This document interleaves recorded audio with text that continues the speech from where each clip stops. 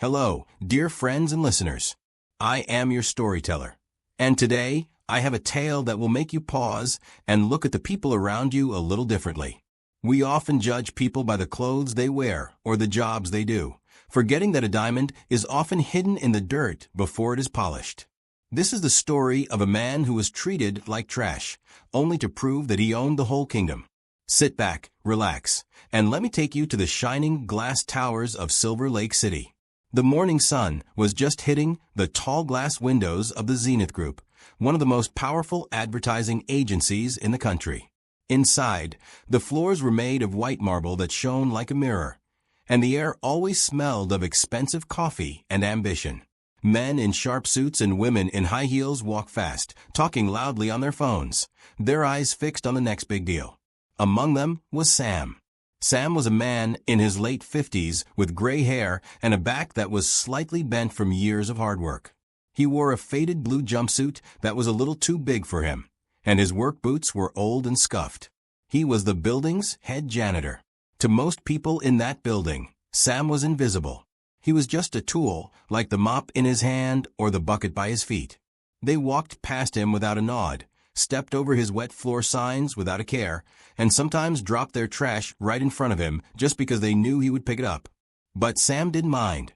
He would just smile a small, sad smile and continue his work.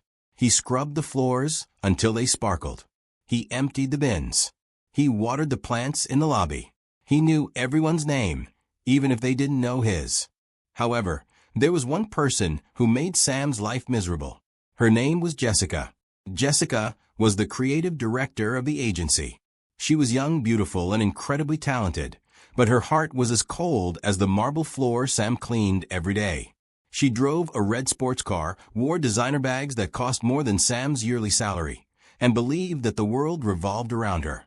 To Jessica, people like Sam were not human beings. They were obstacles. One rainy Tuesday morning, Sam was mopping the entrance of the lobby. The rain had been heavy, and people were tracking mud inside. Sam was working hard to keep it clean so no one would slip. Jessica walked in, talking loudly on her phone. She was wearing a brand new pair of white Italian heels. She didn't look down. She didn't look where she was going. She walked straight onto the wet floor, right past the bright yellow caution sign Sam had placed there. Suddenly, she slipped. She didn't fall completely, but she stumbled, and her expensive coffee cup flew out of her hand. The hot, brown liquid splashed all over her white pants and her pristine white shoes. The lobby went silent. Jessica froze. She looked at her clothes. Then she looked at Sam. Her face turned red, not with embarrassment, but with pure rage. "You idiot!" she screamed, her voice echoing off the high ceiling. Sam quickly put down his mop and rushed over. "I am so sorry, Miss Jessica. Are you hurt? Let me get some towels." "Don't come near me," she shouted, stepping back as if he had a disease. "Look what you did. Do you know how much these shoes cost? Do you have any idea who I am?" "I'm sorry, ma'am," Sam said calmly, lowering his head. "I put the sign up. It was wet because of the rain." "Shut up." Jessica pointed a manicured finger at his face. "You put the sign in a stupid place. You are incompetent. You are dirty. You are useless. Why does this company even hire people like you? You ruin everything." People were watching now. Other employees had stopped near the elevators, whispering. Some were giggling, enjoying the drama. No one stepped forward to help Sam. No one wanted to cross Jessica. She was powerful. She was mean. "I will clean it up right away," Sam said, reaching for his bucket. Jessica kicked the bucket. Water, dirty and soapy, spilled all over the freshly mopped floor and soaked into Sam's boots. "Clean that up," she hissed. "And stay out of my sight. If I see you near my office today, I will have you fired before lunch. You are a disgrace." She stormed off toward the elevators, leaving a trail of coffee and anger behind her. Sam stood there in the middle of the lobby. He didn't shout back. He didn't cry. He just looked at the spilled water and sighed deeply. He bent down to pick up the bucket. That was when a soft hand touched his shoulder. "Let me help you, Sam." Sam looked up. It was Emily. Emily was a junior intern. She was 22 years old, wore simple clothes, and took the bus to work. She didn't have money or power, but she had something Jessica lacked, a heart of gold. "No, Miss Emily," Sam said gently. "You will dirty your hands. This is my job." "It's too much for one person," Emily said, already grabbing some paper towels from her bag. She knelt down on the cold, hard floor right beside the janitor. She didn't care who was watching. She started wiping up the coffee stains. "I saw what happened," Emily whispered. "She was wrong, Sam. She walked right past the sign. Don't listen to her. You are not useless." Sam looked at the young girl. He saw the kindness in her eyes. He saw how she wasn't afraid to lower herself to help an old man. "Thank you, Emily," Sam said, his voice thick with emotion. "You are a good person. You will go far." Emily laughed a little, shaking her head. "I don't know about that, Sam. Jessica manages the promotions, and I don't think she likes me very much. I'm just an intern. I'm practically invisible, just like—" She stopped herself. "Just like me." Sam finished for her with a twinkle in his eye. "I didn't mean it like that," she stammered. "It's okay," Sam smiled. "Sometimes it is better to be invisible. You see more. You hear more." Sam finished cleaning the floor, and Emily went to her desk, worried that Jessica might have seen her helping the enemy. But dear viewers, here is where the story takes a turn. Because what Jessica didn't know, and what even kind Emily didn't know, was that Sam was not who he claimed to be. You see, Sam's full name was Samuel Sterling. He was the founder of the Zenith Group. He was the billionaire who had built this tower from the ground up 30 years ago. He had retired 5 years ago and left the company in the hands of a board of directors. But lately, he had been hearing rumors. Rumors that the company was losing its soul. Rumors that the management had become cruel, arrogant, and disconnected from the workers. So, Samuel Sterling had devised a plan. He grew out his beard, put on a janitor's uniform, and came back to his own company undercover. He wanted to see the truth with his own eyes. He wanted to see who was working for money and who was working with heart. He was looking for a new CEO. The days went by, and the tension in the office grew. Jessica was stressed. The company was pitching for a massive contract with a global tech giant, and if they won, it would bring in millions. Jessica was leading the pitch. She was working everyone to the bone. She screamed at her assistants, she made interns cry, and she treated Sam worse every single day. One afternoon, Sam was emptying the trash bins in the main conference room. Jessica and her team were brainstorming. "This idea is garbage," Jessica shouted, throwing a file across the table. It hit Emily in the chest. "Emily, I told you to get me the demographic reports, not this trash. Can you do anything right?" I did, Jessica," Emily said, her voice shaking. "It's on page 3. Don't talk back to me." Jessica snapped. "You know what? Get out. Go get me a salad. And if you mess that up, don't bother coming back." Emily grabbed her bag and ran out of the room, tears streaming down her face. On her way out, she passed Sam. Sam looked at Jessica. "You shouldn't treat people like that, ma'am. Fear doesn't make people work better. Respect does." The room went deadly silent. The other executives looked at the janitor in shock. No one spoke to Jessica like that. Jessica stood up slowly. She walked over to Sam, looking him up and down with disgust. "Are you giving me business advice?" She laughed, a cruel, cold sound.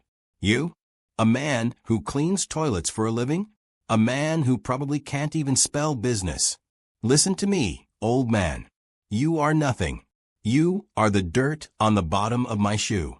Do your job, shut your mouth, or I will make sure you never work in this city again." She grabbed a half-eaten sandwich from the table and dropped it on the floor right in front of Sam. "Oops," she smirked. "Clean it up." Sam looked at the sandwich. Then he looked at Jessica. His eyes were not angry anymore. They were final. He had seen enough.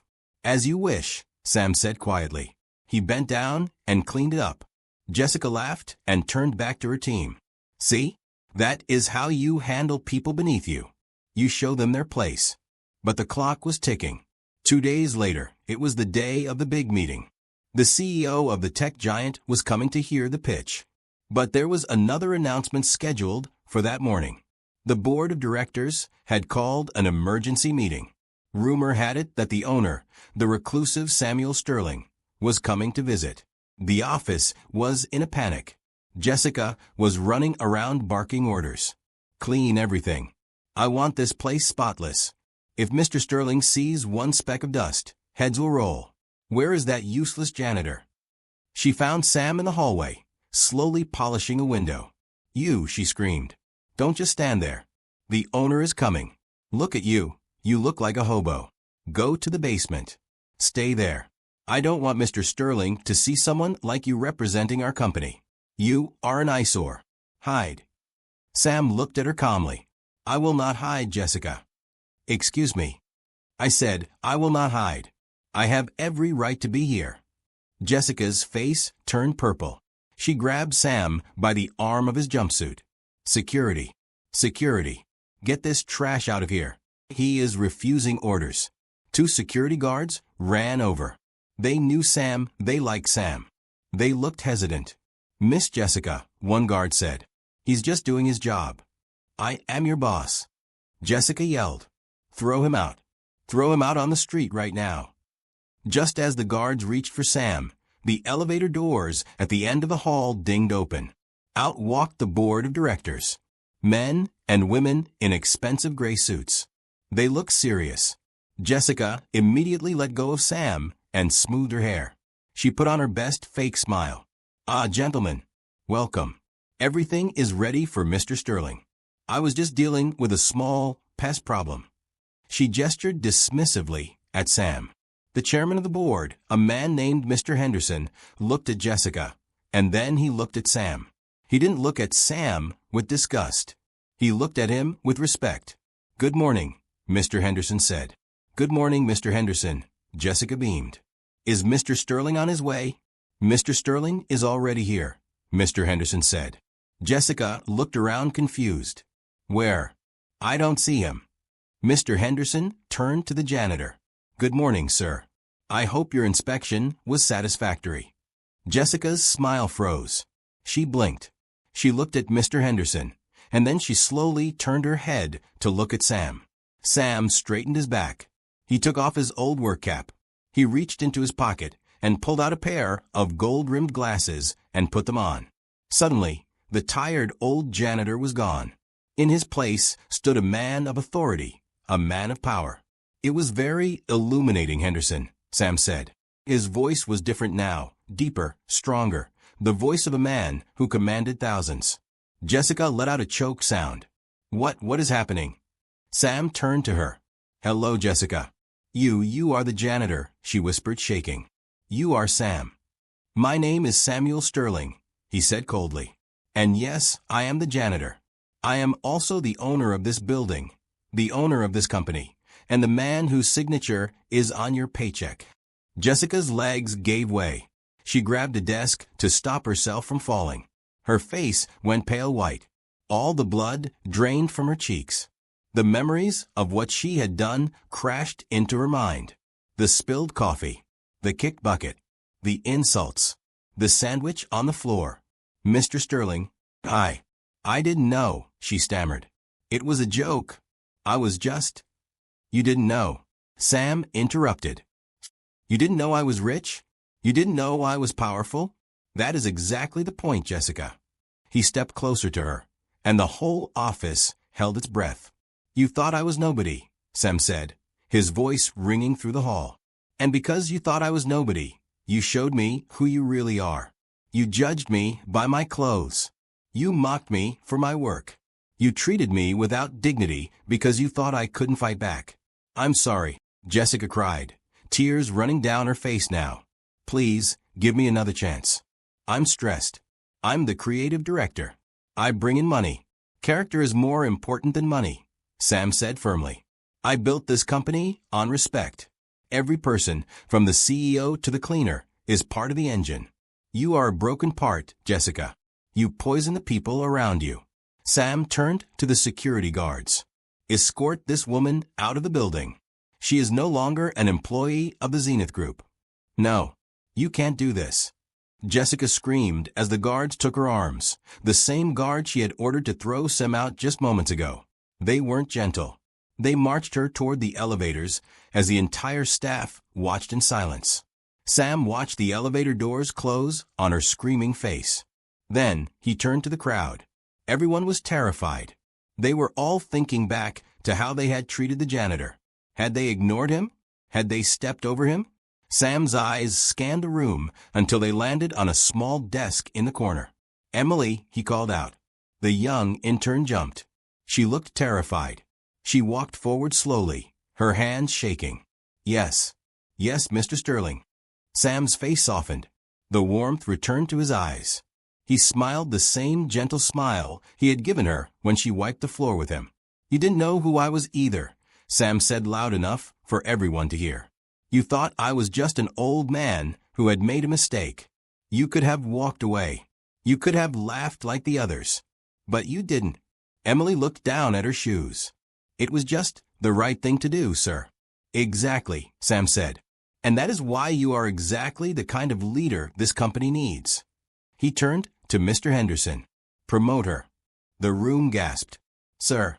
Emily asked, her eyes wide. "You have the heart, Emily. We can teach you the business, but we cannot teach kindness. From today, you are no longer an intern. You will be the new junior head of community relations. You will report directly to my office."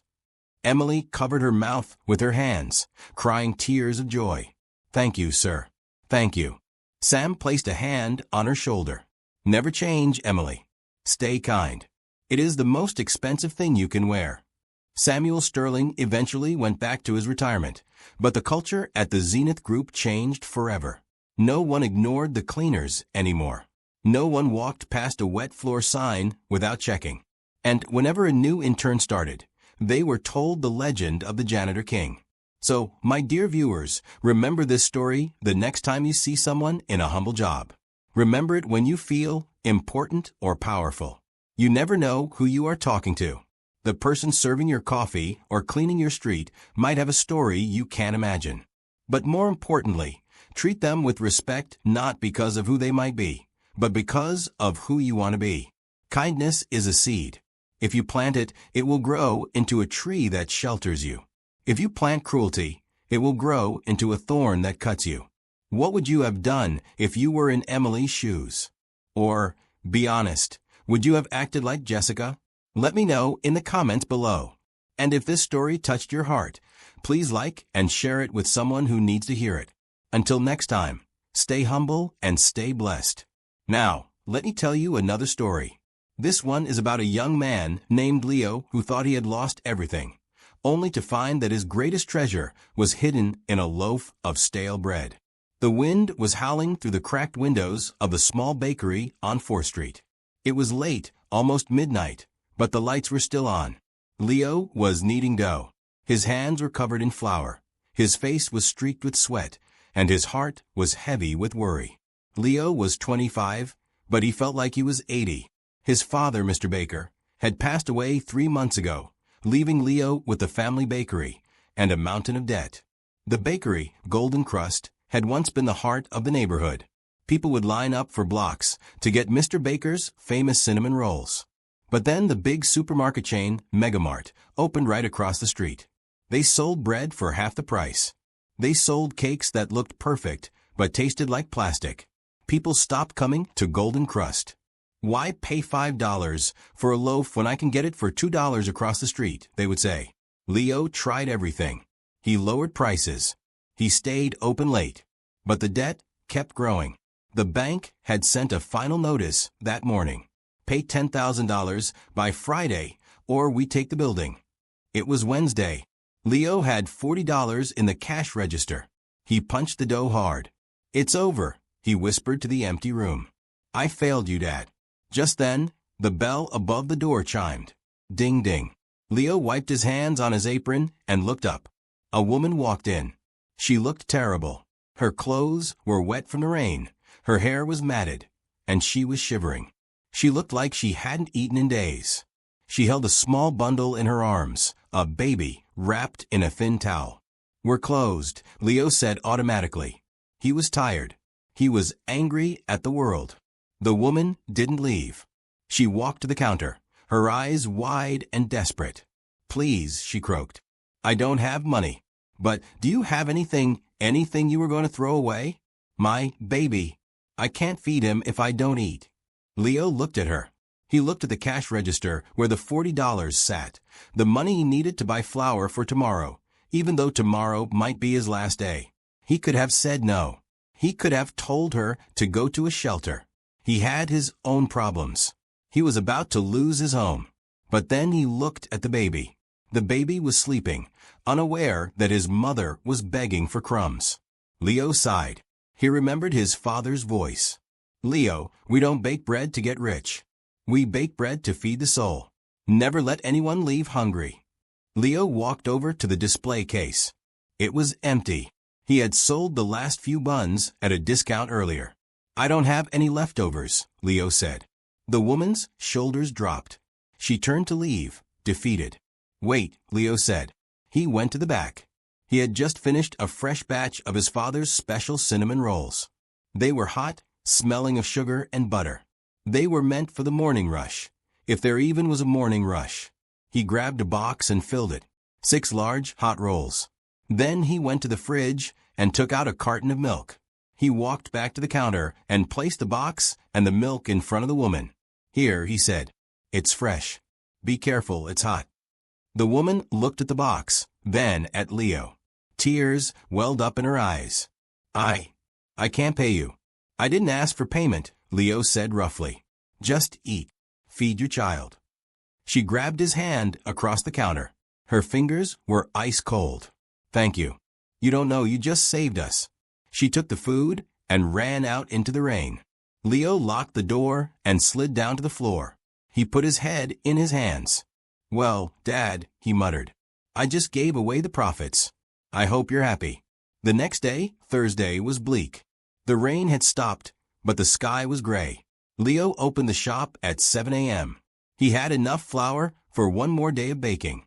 After that, the bank would come. By noon, he had sold 2 coffees and a bagel.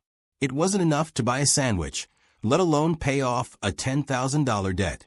He was sitting on a stool, staring at the wall, waiting for the inevitable end. At 1 p.m., a black limousine pulled up in front of the bakery. Leo watched through the window. Great, he thought. The bank sent the lawyers in a limo to kick me out. The driver opened the back door, and an old man stepped out. He was dressed in a suit that looked like it cost more than the entire bakery. He walked with a cane, but his steps were firm. He pushed open the door. Ding, ding. Leo stood up. "If you're from the bank, take the keys. I'm done." The old man looked around the small, dusty shop. He took a deep breath, inhaling the smell of yeast and sugar. "I am not from the bank," the old man said. His voice was raspy. "I am looking for the man who runs this place."